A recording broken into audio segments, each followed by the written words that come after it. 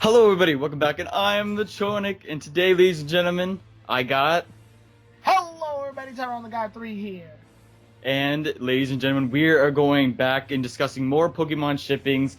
Before we discussed the popular Pokemon shippings before, but this time, we're kind of going to delve into the more unique, kind of twisted... Love is in the air. Love is in the air. And it's not as potent as it used to be, but it's in the air. Right. So Tyrone's going to mention all the shippings to me, and we're going to react and kind of explain how we could see maybe how these could be possible or how they could work. But Tyrone, I guess you could start off with the first one. Okay, so keep in mind these are all completely absurd, and these aren't as reliable as the ones we did in our first shipping video, only because these characters aren't as together as much, or the reasoning for them being together is more of a stretch than before. So, with the first one, we're going to start off because we have our main character, Ash, actually in it. We're starting off with one known as Bad Tasting. Bad Tasting is the belief, that Ash and Burgundy belong in a romantic relationship. So, the reason of such being the evidence in Connoisseur Revenge, despite there being a long line of people waiting, Burgundy specifically calls on Ash to visit her shop. She also puts her hands on his shoulders several different times. The second one was in the Club Explosion episodes, where Burgundy appeared to be concerned when Ash's Scraggy's high jump kick missed Semi-Sage during the Club Explosion tournament, enough to declare it bad taste. And then their similarities, they both own Oshawott, or own an Oshawott. She evolved hers into Duat. Both battled more than one of the gym leaders at the Striaton Gym. They both used Oshawott to battle Cilan. Both have cross-dressed in order to enter a facility that they were denied access to. Ash disguised himself as a girl named Ashley, which we all know Ashley, to get into Celadon Gym. And then in Pokemon Sensation, he did it again. And then in the Flower Troops, while Burgundy disguised herself as an S-Class connoisseur named Tavern to get Mr. Hattori's mansion in Clash of the Connoisseurs.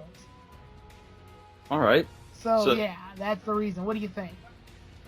Wow, okay, so those are all like the main points that people brought up. Pretty much the bullet points as to why they belong together in a relationship.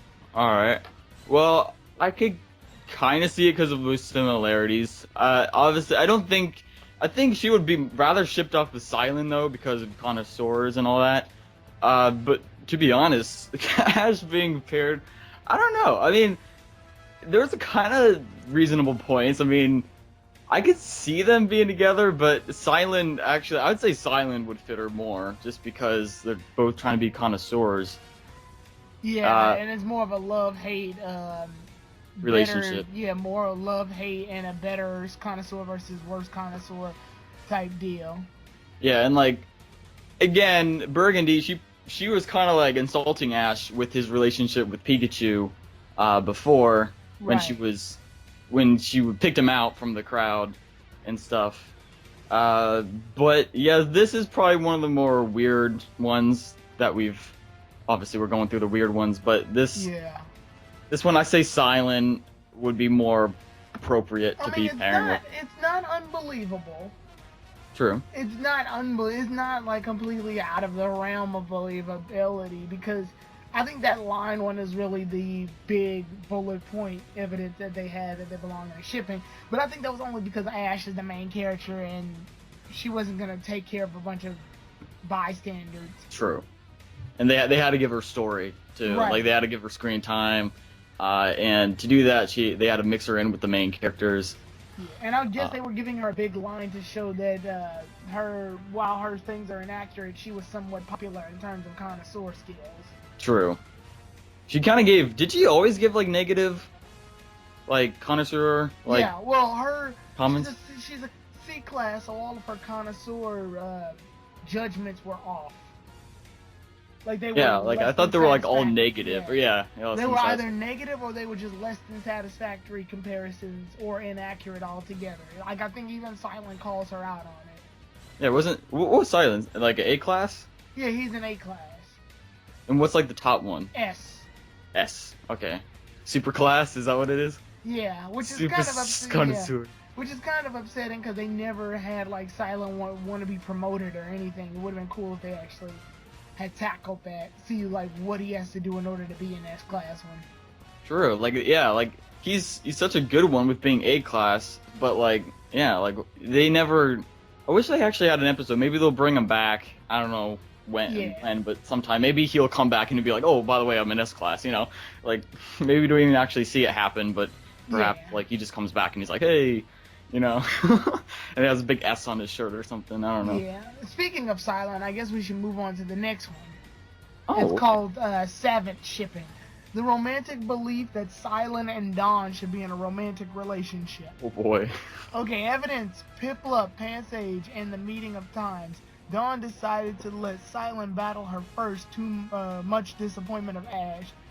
During his battle with Dawn, Cilan complimented her on her moves as well as her strong bond with Piplup. Both have had a fear of a certain Pokemon. Dawn is afraid of Flusson Minun, while Cilan's afraid of Purrloin. They also battled these Pokemon at some point. Dawn is the first of Ash's female friends to obtain an electric-type Pokemon, while Cilan is the first male character to gain an electric-type Pokemon. Both admire a Professor. Dawn admires Professor Oak, whereas Cilan admires Professor Icarus. Okay, I don't know that one either. Yeah.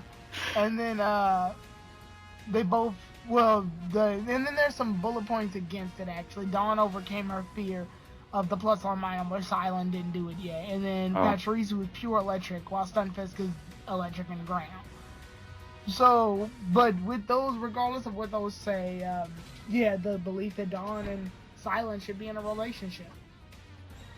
I'm actually really impressed that people find this stuff. Like, if people did not mention this, stretch, and put it down, I would have like no clue, no hints, no anything. Like, this would completely surpass me. So the people that actually are going in and looking for these shippings, like looking for every little thing, I'm impressed. But with Dawn and Cilan, okay, you said before that Dawn, she conquered her fear with Puzzle Minun, right? Mm-hmm. And then Cilan didn't. We still have no idea why he was so afraid of Purrloin.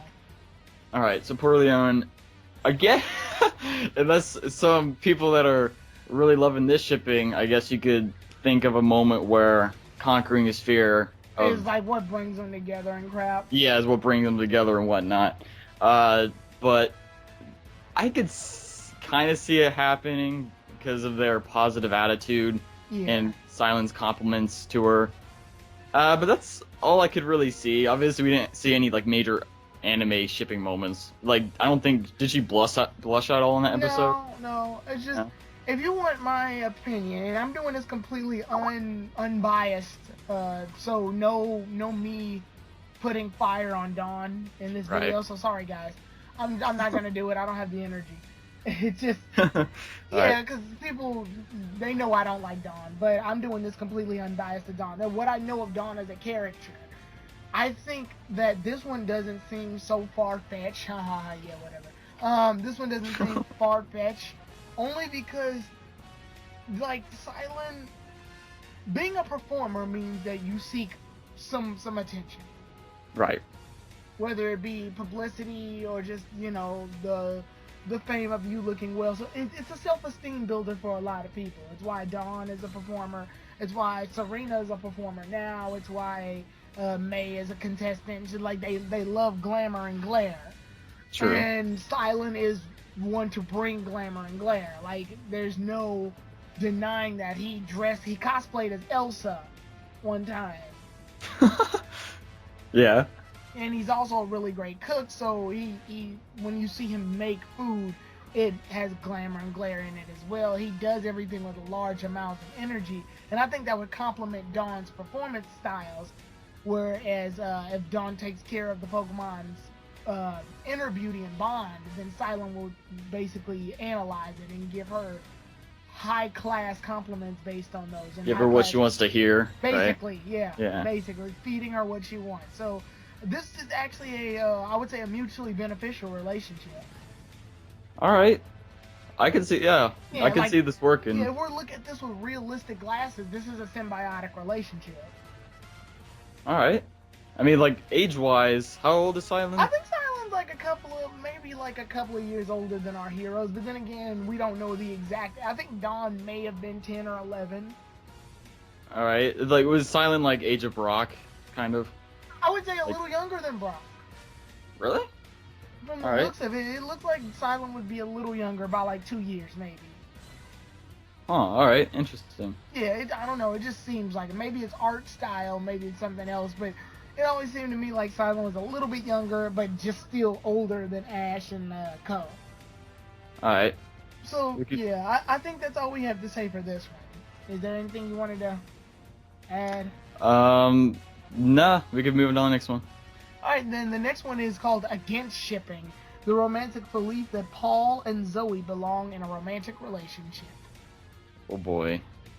Paul and Zoey. Now, in our previous video, we paired. What did we do? We talked about her pairing with Dawn. Dawn. Yeah. Right. Yeah, I think one of the lesbian relationship in the shipping, which we already stated that Zoey is more or less a lesbian. True. I mean, it's not confirmed or anything, but it's implied. I mean, look at Zoey. Yeah, just look at her. You could tell it from the outfit. Let's be honest, yeah. Let's be honest, yeah. You made that joke too. Yeah, I made the joke the last time too. It's just, yeah, but at the same time, we don't judge a book by its cover. So for Zoey to be in a relationship with Paul wouldn't be so far-fetched, and there's no differences here. So I might as well just go ahead and get on that. Normally, Zoey is rather composed when faced with someone who puts her down her friends, but with Paul, she became more flustered than usually would. Dawn is seen having to physically restrain her. Many would say that this would disprove the ship, but fans see it as Zoey becoming more emotional about what Paul thinks as compared to other people. Right. Both were main rivals of main protagonists in Diamond and Pearl series. Okay. Both own a Gastrodon. Okay. I think they both own, I think Paul owns the blue one. While while Zoey owns the pink one. So the EC and West Sea ones. Both share their hometown with a gym leader. Paul is from Veilstone, whereas and Maylene leads Veilstone, and Zoey is from Snowpoint. Candace leads Snowpoint. Right. Paul and Zoey have few Pokemon that are considered counterparts to each other. Paul owns a Honchkrow, while Zoey owns a Mismagius. Both evolve in Generation 2 with Dust Stones and become a Generation 4 Pokemon.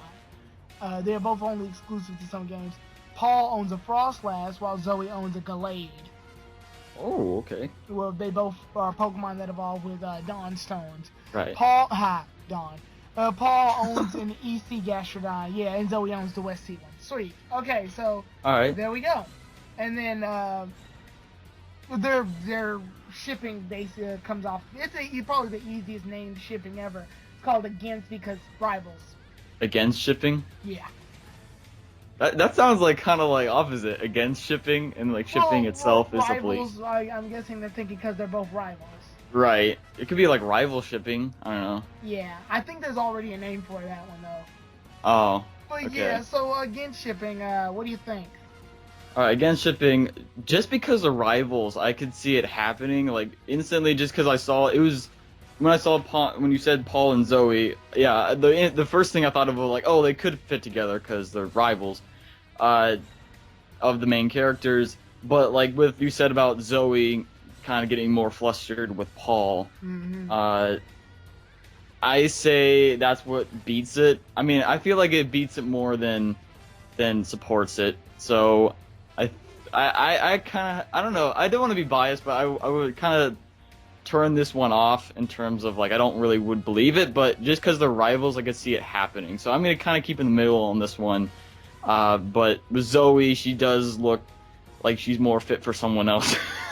Yeah. But yeah, that's pretty much all I got. So what about you? Just imagine like they have a romantic night, a romantic Friday evening, right? And then after that, they're in the bed, and she's like, "How was it for you?" And he's like, "Pathetic." And Right. Pathetic. And then she gets all mad as she storms out of the house. I can see that. Stand by for battle. Stand by. But That's no, awesome. on a serious note, I don't know how Paul would be romantically. Right, like I don't see him being a romantic person. And I think that's because the anime did their hardest at the very beginning to make Paul such a dick. So, Right. Such a like, we get the message. The message was supposed to be that if you focus too much on competitive battling and not enough time taking care of your damn Pokemon, then you're not gonna get the results you want. You're just gonna get the results you expected, but not the power that you really wanted. Ergo Ash's Chimchar. Right. So yeah, I guess because they wanted to roll that message out so blatantly sometimes, there was no side of Paul we saw other than him either agitated that Ash was further than him in terms of battle frontier, or B, just like the frustration he had on fighting trainers stronger than him, such as Cynthia and Brandon and his older brother. Right. So we never got to see any like softer sides of Paul, except for like when we got to see him with his older Pokemon that he had from other regions. That's true. So I don't know, yeah. Okay, the thing is though, the final thing I'd like to say about this one is, I mean, at the end of the season, perhaps Paul kind of learns Yeah, from... he learns, yeah. Yeah, and so maybe he will change in a way and maybe become, you know, more open, more sympathetic, more... I will say this. Of his opposite. Yeah, I will say this. If this shipping ever happened, they would probably be the most... They could probably stand out to be the most competitive, like, technical pairing ever. I mean, Paul breaks down a Pokemon based on, like, stats, moves, and things like that. And if it's a Pokemon he doesn't prefer, then he'll, you know, toss it. Which I think he kind of stopped doing. And maybe he learned to stop doing it. And Right. then Zoey knows the contest in and out. Like, I remember when Dawn did a contest, appeal round, and she failed, and they were like, what's wrong with the appeal round? And Zoey's like, you can't see Ambipom under all those swift attacks and stuff like that. So they definitely are both the most analytical. True. Do you think their similarity, like being a little too similar, is what would They can not help each other. this? If they ever were to like romantically travel together, and Paul were like still doing this Pokemon journey and she was still doing hers, they actually would make for pretty good I could see that. they actually make for a pretty good traveling team. Only because like they could discover certain things about their Pokemon and actually use that legitimately in strategy. Because say what you want about Paul, he's a dick and all, but he knows how to battle. So, and say what you want about Dawn, but Dawn's no idiot when it comes to contests and how moves work. Right. I figure Zoey could use her creative mind and Paul use his analytical skills, and they could actually make for a pretty good team.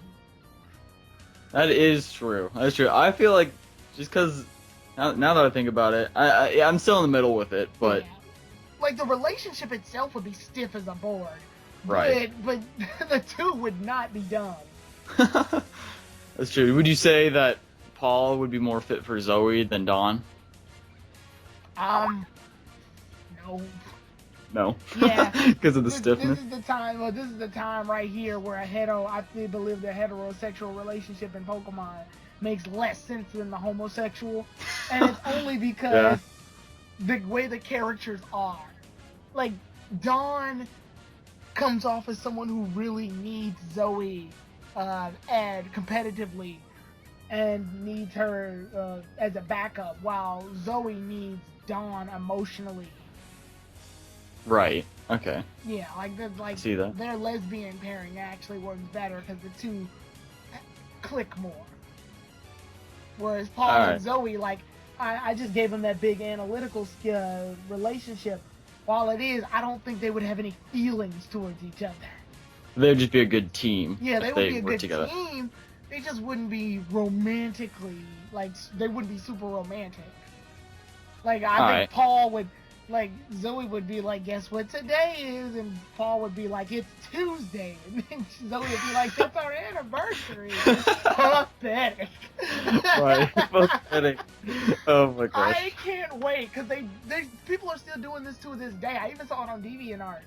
People made the joke that I said about Iris being a strong, independent black woman that don't need no man, and they're Right. still posting, like, there's still pictures about it. It's still famous.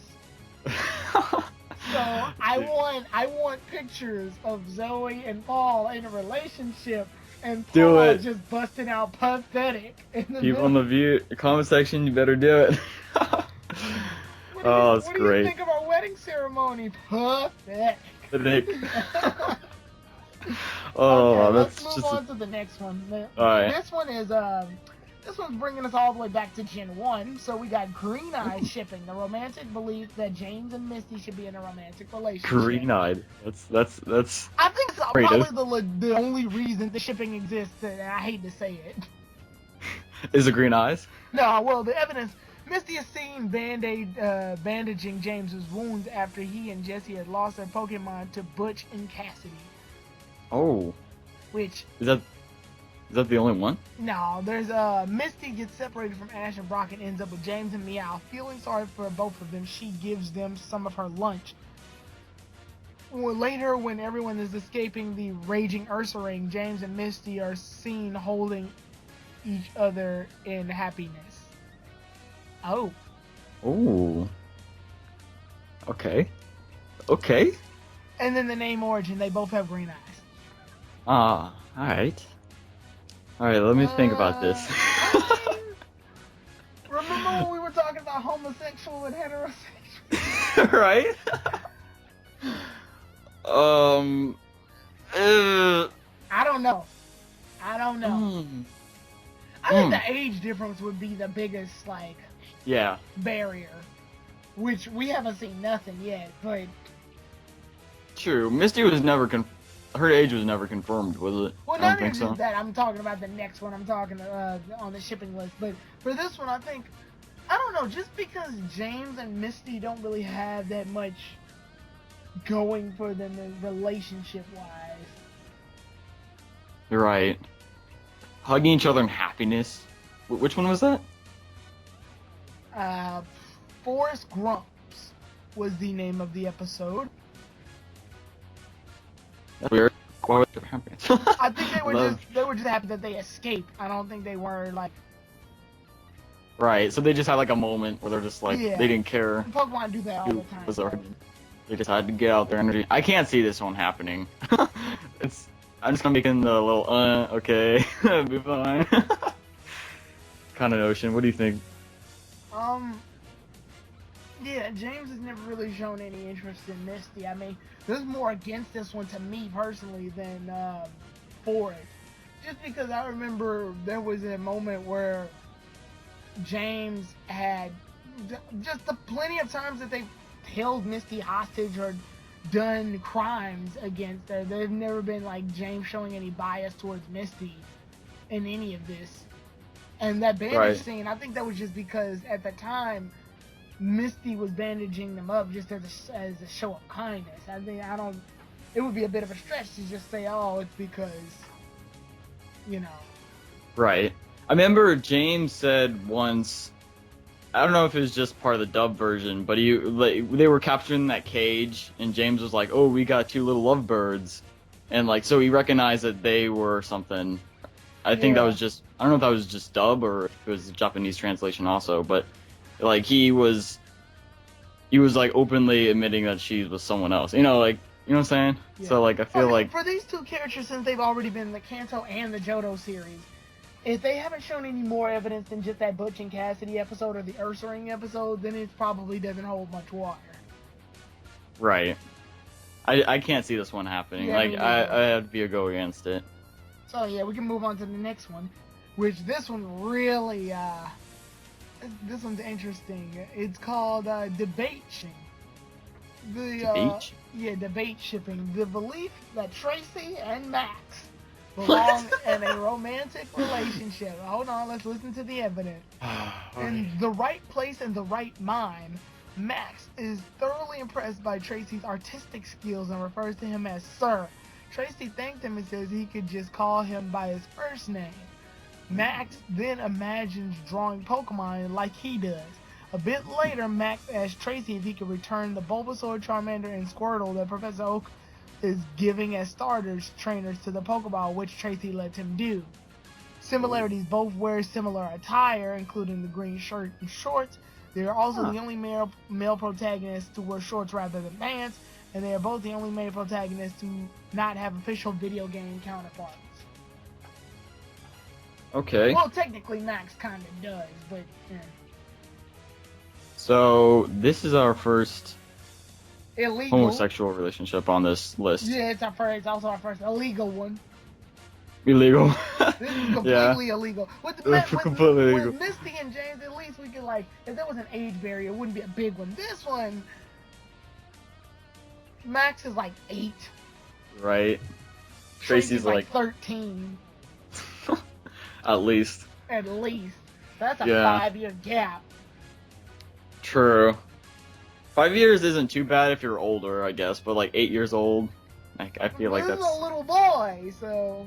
right. I think He's a little that's- boy. Yeah, I think that's a dude. It'd be like if they said Bonnie and Brock belong in a. Yeah, like, nuh-uh. Nah. Like, Yeah. oh, they not both hap- have the proposal running gag. Nuh-uh. Nuh-uh. Which, I don't know if it's already made on the list, but we can put that as proposal shipping, and we'll. So, what are your thoughts on it? No? Yeah, you're right, Chornick. Moving on. But anyway, Alright. back to debate shipping. I can definitely see that Max admires Tracey. Right. I was gonna say that too. Like all I see right there is just admire ship And there. they both have So, the connection to Professor Oak. They both admire Professor Oak. right. Because I believe that Max is going to be a researcher when he grows up. That's just my personal. And again, guys, no bias on Max in this one either. I know a lot of you all know that I hate Max as well. But no biases on him today. I'm looking at Max through unbiased eyes and analytical views based on how I know of Max as a character. And from what I know, he really admires Professor Oak for his knowledge of Pokemon. Tracey admires Professor Oak as well because he read all of Professor Oak's books. Right. So with that being said, I actually could see the two in Professor Oak's laboratory acting as his assistants. Alright. Yep, I can see that too. And then doing some office romantic.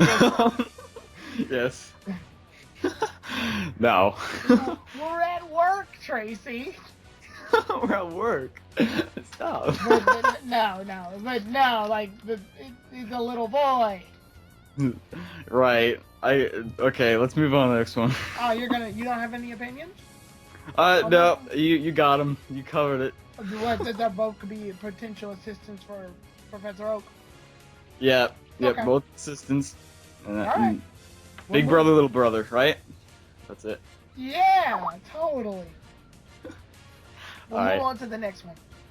This one's called service shipping. The romantic belief that Bianca and Cilan belong in a romantic relationship. Okay. This one's interesting because it's the Best Wishes one. Alright. And Best Wishes did stuff in a way to where a lot of the rivals and the heroes met each other a lot. A lot, yeah, I remember that. Yeah, so Okay. what do you think? Bianca and Cilan. Yeah. I could see it happening. I mean, they have that energetic personality. They are kind of around the same age, I'd say. Besides that, I mean, they're both kind of side characters.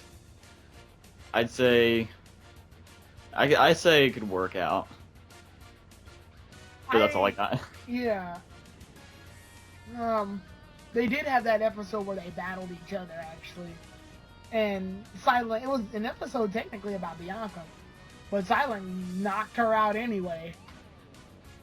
Oh, I think I do remember that episode. Yeah. Yeah, I think his Dwebble evolved into Crustle. Right. That was the one I was thinking of. Yeah. So, in terms of a romantic, I guess I should name the evidence, by the way. Oh yeah. Do that. Bianca states that Cilan's food is delicious and that she gives it 5 stars, to which Cilan is grateful for.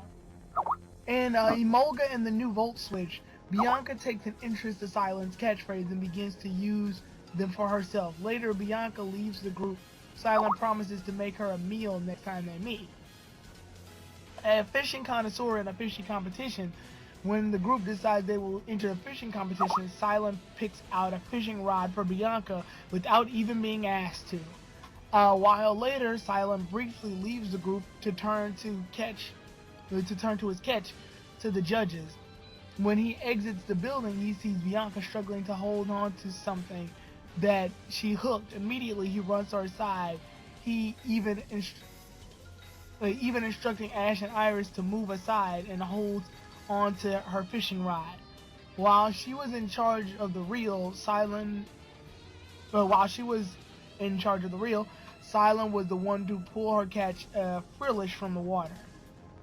And the last one is the club battle Hearts of Fury, Mulder versus Salk. Bianca is clearly the most excited when Cilan announces that it's evaluating time during the battle with Luke. Yeah. Alright. Okay, so the most interesting thing I heard from all that was the imitating and being excited about his when he's saying his catchphrase.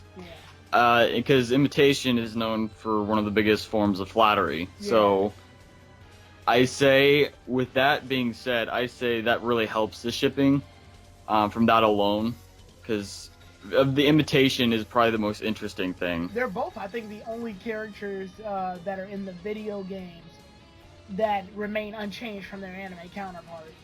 Like, they both are still maintain their characters with no major changes. Like, yeah, like May's from the video game, but there's a clear difference between video game May and anime May. Right. Whereas at here, it's they've retained their same characters, outfits, everything. Yeah, like you said, I think you hit it already, was the catchphrasing thing. She was excited when Cilan did his evaluation times. Right. And I think, so yeah, I say this could work. I see it happening. Yeah. Just because of that alone. And with Cilan going to rescue, even though I feel like that was more of a friendish Yeah, that was kinda, just a friend helping out a friend. Right. But I honestly also believe that Cilan's at a level of maturity that I think Bianca can get with. Right. Yes. Yeah, like Cilan, the way Cilan presents himself, I think Bianca would actually work well with Cilan. Just also because Bianca's a bit of a klutz. True. Yeah. So I think it complements Cilan's organized nature. All right. So like their distinct personalities would complement each other. Yeah. All right. I can see it working out. That's all I gotta say about that. But yeah, I can see it happening. I say this is a solid shipping. Yeah. Like, because Cilan comes off sometimes if he did his compliments correctly, he could actually just come off as a flattered ladies man. So, and that's the same thing that comes off from when we discuss Cilan and Dawn. Just it would be more emphasized in Cilan and Dawn's relationship more than Cilan and Bianca, but at the exact same time, yeah. So I guess we should move on to the next one. It's kind of his job to give compliments too. Yeah. So. Yeah, this next one, I think is the final one we have on the list, and then we'll just talk about shippings in general. The next one on the list is called spook shipping. The spook shipping. Ooh, yeah, okay. The Cool name. romantic belief that Stephan and Bianca should be in a romantic relationship. All right. What do you think? I can see that. Again, those are kind of rivals up here. They got a bunch of evidence too, so. All right. Oh, bunch of it. Okay. Tell me. Okay. It was revealed in a club explosion begins that Bianca likes muscular Pokemon. This may also apply to humans, and it's a build that Stephan fits. Stephan's bug. Alright. Reunions battles in Nimbasa. Upon meeting Stephan, Bianca asked him how his name is pronounced, which is something no one else has done. Both of the ways she asked, however, they were incorrect, although Stephan didn't bother to correct her.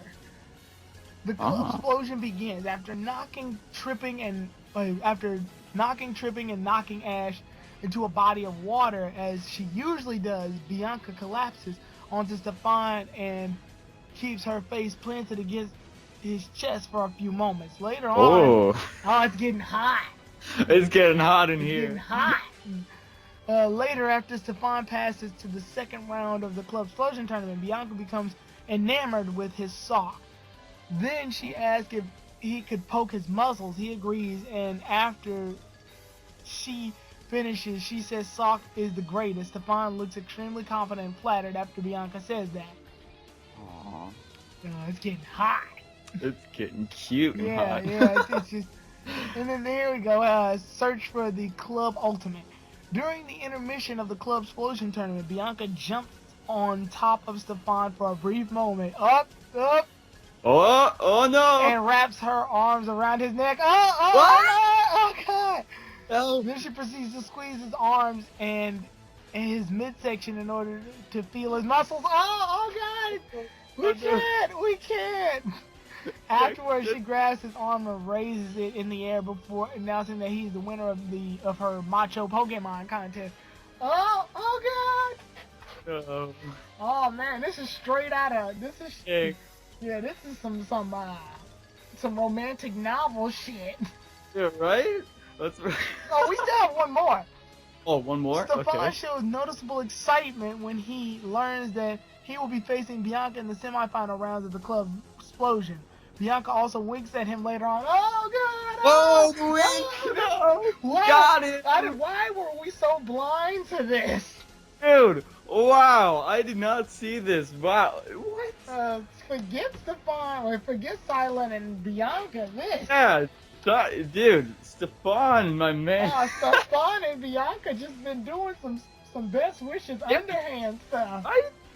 In the back screen land, perhaps? I don't know. Greenland, damn. Off screen, dude. I mean, okay, well, let's do the similarities. Both are rivals to Ash, and they met him in Unova. Both of them have running gags. Bianca's is knocking Ash in the water. Stephan's is not being able to pronounce the name correctly. Both own fighting-type Pokemon that are led to be powerhouses of the team, and both times display personality traits of stubborn and impatience. So, there you go, TheChornick. What do you think? Alright, I have to say I ship them. They've been shipped. The ship They've been sailed. shit. It's sailed. It's soaring, dude. Yeah, oh my gosh, dude. I don't know. All those evidence, I have to say, man, that got hot quick. Yeah, That got heated up. Exactly. They're feeling on each other. What the? It Whoa, was like- winking at each other. Whoa. Winking? Oh my gosh. Man, even Ash's chicks don't do that. Right? Man, Oh my how gosh. were we Serena blind? doesn't even jump on Ash like it does. No, How no. are we so blind to this? This is probably like the most canon looking thing that you so want to know what I think it is, too? You want to know what I think it is? I think it's only due to the fact that Bianca, she appears in some episodes here and there. Like, she's not absent. It's just when Bianca shows up, she's rarely with Stephan. I think the Club Explosion was the one time that the two were mostly together. right. And then Yeah. maybe another Pokemon tournament, I think. So those were like the only time they really got to be together. So it all happened it was all so compact into those two times that they met each other. Maybe the Pokemon League as well.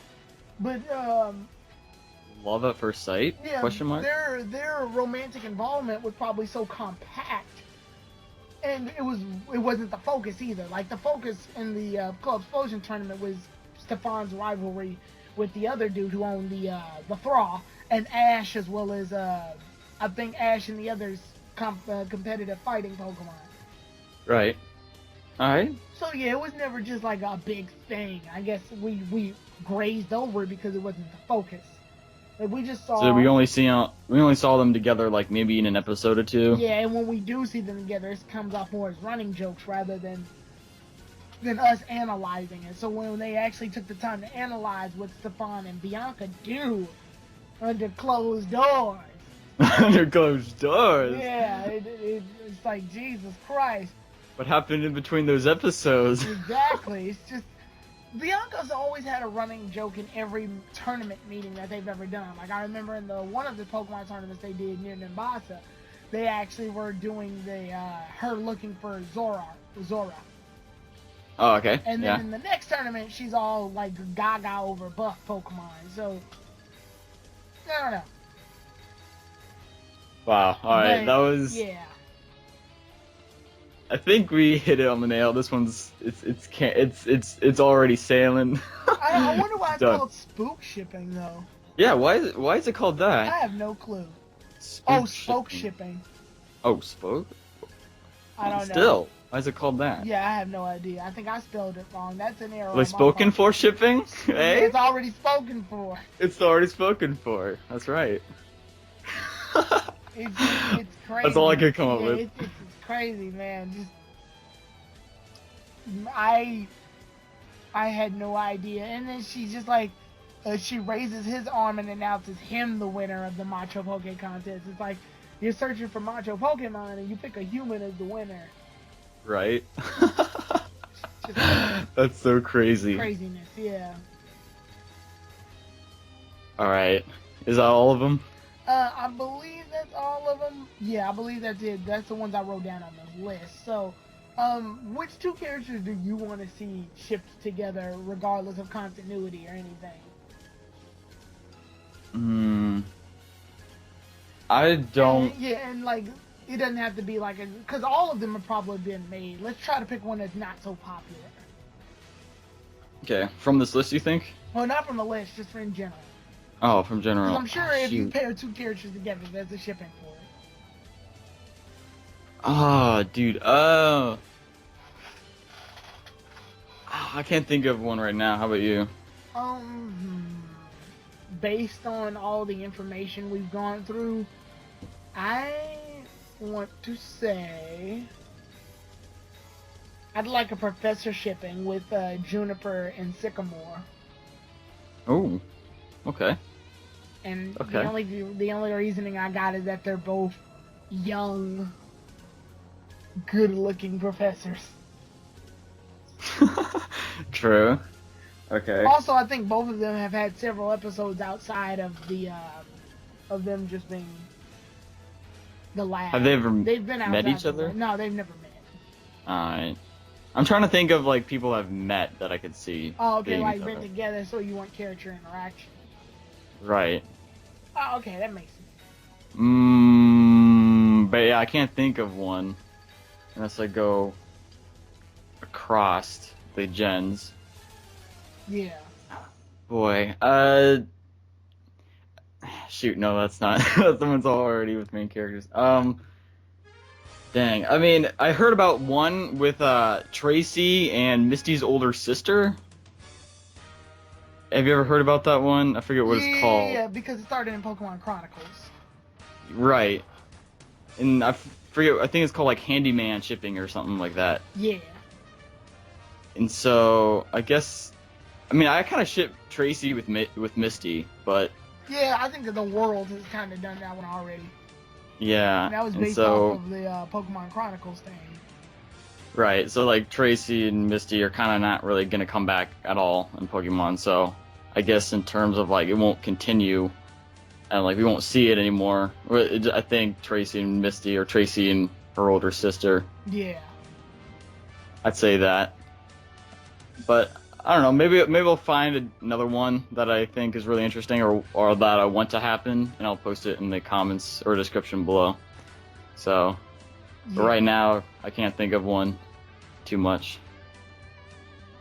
But in general, for shippings, for the ones we discussed, could you think of the top 3? What are your top 3? Oh, just ones that exist or ones on this list specifically? Ones that exist. There's actually one I just found, Insectivore shipping. Insectivore. Oh yeah. Yeah, it's Ash's Greninja and Serena's I support Braixen. that one too. Yeah.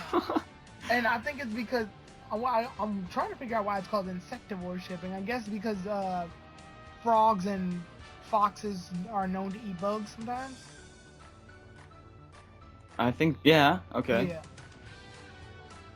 I don't know why it's called. Why would they choose that out of But, everything? yeah, that shipping overall is really strong because there have been 2 reasons. They say the trainer and the Pokemon are supposed to have feelings against feelings with each other. So, for example, if Ash's Pokemon likes one of Serena's Pokemon and Serena's Pokemon likes one of Ash's, then generally it's because the two like each other as well. And I think that's more exemplified, not just with the fact that they're both Pokemon that like each other.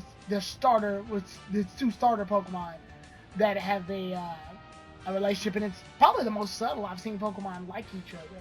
Right. I mean, like Froakie. I think Fennekin also did it back when he like rescued her or something, or was like rubbing her tail or something like that. Oh yeah, he used the Frubbles to straighten out Fennekin's tail because it was all Right. messed up from the Pangoro Forest. Yeah, but that was cute. So yeah, I want that to happen. And they evolved around the same time. So. Right. We just have to have breaks and evolve again, maybe. Yeah. Maybe. But the two, I can definitely see it working. And I think it was supposed to be a reflection of Ash and Serena itself, so it was strong. Right. So it made it even stronger. Yeah. So the thing though is that they're opposite typings, so they're not. They can't have an egg. Yeah. So that's. I guess they don't have to have an egg to be in love, but. All right. But shoot. Anything else you gotta say? There's nothing else I really got on this one. They have a shock shipping with Pikachu and Iris's Emolga, but really it's the only reason being they're both Electric Road mascots of their gyms respectively. Right. And then they say that Pikachu doesn't break as easily, doesn't break like the other male Pokemon like Oshawott over Emolga's attractions, which would actually be counted against the shipping, but they say that like Emolga would probably respect Pikachu more for not being as manipulative. True. Well, Pikachu was shipped with like several different Pokemon. Pikachu shipped with Baneri and a bunch of others. Right.